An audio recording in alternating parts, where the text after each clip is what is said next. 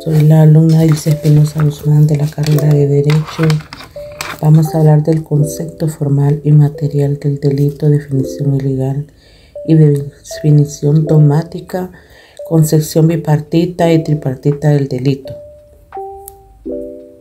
La definición legal del delito proviene del latín delinquere, que significa faltar moralmente, caer en falta, cometer una falta, delinquir, pecar, y como dice Jiménez de Asua, citando a Carrare, desviarse, resbalar, abandonar, abandono de una ley. El delito es un ente jurídico base sobre la cual se ha desarrollado la teoría general del delito. Concepto material y concepto sustancial del delito. El concepto formal está íntimamente unido a la ley. Delito es aquello que la ley considera como todo. El concepto material, por el contrario, se empeña en proporcionar una idea del delito independientemente de la ley. Betuel dice que desde el punto de vista formal sería delito todo hecho del hombre prohibido por la ley penal. Crispini constituye delito desde el punto de vista sustancial o material, las acciones que a juicio de las personas autorizadas para la promulgación y de las normas jurídicas. Antolisi dice que es delito aquel comportamiento humano que a juicio del legislador contrato con los fines del Estado. Garofolo lo define su llamado delito a todo aquello que diciendo que es violencia de los sentimientos altruistas fundamentales de la piedad y propiedad. Definición legal del Código Penal. En la definición legal del Código Penal tenemos que el concepto del Código Penal de 1906 definía el delito en el párrafo primero del artículo primero como toda acción o omisión voluntaria penada por la ley y actual del Código Penal, a diferencia del Código de 1906. En el actual, la relación con el Código de 1906 podemos resolver remitiendo a dicha definición bajo la vigencia del actual Código Penal, y solo podrán resolverse en base a la doctrina o en la jurisdicción. Tenemos la definición dogmática. Esta debe distinguirse principalmente a la llamada concepción bipartita y concepción unipartita. Concepción bipartita fue creada en la concepción dominante en el siglo XIX. Se denomina bipartita porque reduce el delito de dos elementos: objetivo, material externo, equivalente a la acción que dominado específicamente al hecho material, y el otro subjetivo, que es moral o interno, equivalente a la culpabilidad, pero dominado voluntad culpable. En términos generales podemos decir que en la concepción bipartita reconoce como elementos del delito únicamente la acción y la culpabilidad. Un ejemplo, la división bipartita del delito es la siguiente: Francisco Carrera, máximo representante de esta concepción, infracción de la ley del Estado y promulgada por proteger la seguridad de los ciudadanos. Concepción tripartita es fruto y dogmática alemante, recibe el nombre de tripartita porque entre la acción y la culpabilidad reconocidos por la bipartita intercalan en traer elementos antijurídicos. La razón decisiva para esta concepción se ha impuesto sobre la bipartita. Evolución histórica del concepción tripartito. Franz von Liszt, quien acostumbra a citarse como fundador de la moderna sistemática del derecho penal, con quien se asciende firmemente la tripartición de los elementos, el delito define el delito como acción antijurídica culpable amenazada con una pena. En su época se concibe la acción como un proceso causal nacido de la voluntad que modifica el mundo exterior, la antijuricidad y la culpabilidad.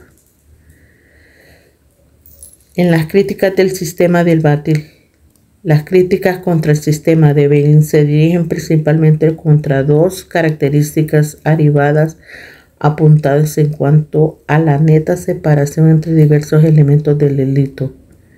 Podemos decir la lucha contra el sistema beliniano se inicia con Max Ernesto Mayer, con quien los elementos de tipicidad y antijuricidad están estrechas dependientemente de la tipicidad, dice Mayer. Es el ratio cognoscendi al medio para conocer la antijuricidad más adelante. Va todavía Metzger, el mundo, para quien la tipicidad más que el ratio cognoscendi de la antiseguridad es ratio accendi, es decir, su propia esencia. El descubrimiento de los elementos subjetivos del injusto, es decir, el descubrimiento de elementos subjetivos entre los elementos objetivos, y el descubrimiento de la naturaleza normativa de la culpabilidad se considera ante la naturaleza psicológica, es decir, moral interna subjetiva. Caracteres y formas de aparición del delito. A pesar de la evolución del concepto del delito anteriormente reseñada y a pesar también del indicado concepto que sobre el mismo ofrece la moderna ciencia jurídica penal, partiéndonos del análisis y caracteres del delito, define como acción típica antijurídica culpable y punible. Procederemos así por razones principalmente didácticas. La acción se refiere a la conducta. La tipicidad requiere que el acto pueda subsumirse en uno de los dos tipos continuos de la legislación penal, que la antijuricidad significa que el acto ha de ser contrario al derecho de culpabilidad. Exige que la acción sea imputable al título del dolo o culpa y que finalmente la punibilidad se refiere a que la acción esté combinada con una pena. Caracteres esenciales del delito son aquellos sin cuyas circunstancias no pueden existir el delito: acción, tipicidad, antijuricidad, culpabilidad, punibilidad. Estas son las acciones que deben existir en el delito. Tenemos aspectos positivos y aspectos negativos. Uno de los aspectos positivos es la acción, la manifestación de voluntad, el resultado, la relación de casualidad. Tipicidad es la sucesión, imputación y objetiva, la antijuricidad, la culpabilidad, la imputabilidad, el dolo o culpa. Entre los aspectos negativos son las causas que incluyen la acción, la plena conciencia, antitipicidad, causas y con justificación legítima de defensa, causa de imputabilidad, minoría de edad, psicosis, retardo mental severo y psicosis transitoria.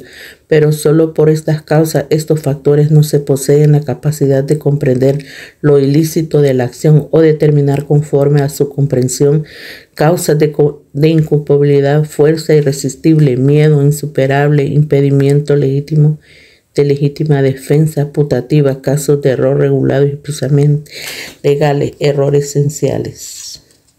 Elementos esenciales del delito son aquellos que pueden faltar sin que por ello desaparezcan el delito. Se les conoce como el nombre de circunstancias modificativas, atenuantes y agravantes. En las formas de aparición del delito tenemos, según la forma de manifestación de la resolución delictiva y proposición y conspiración, según el grado de ejercicio de tentativa y consumación y según la forma de participación y autoría de cada uno de los delitos.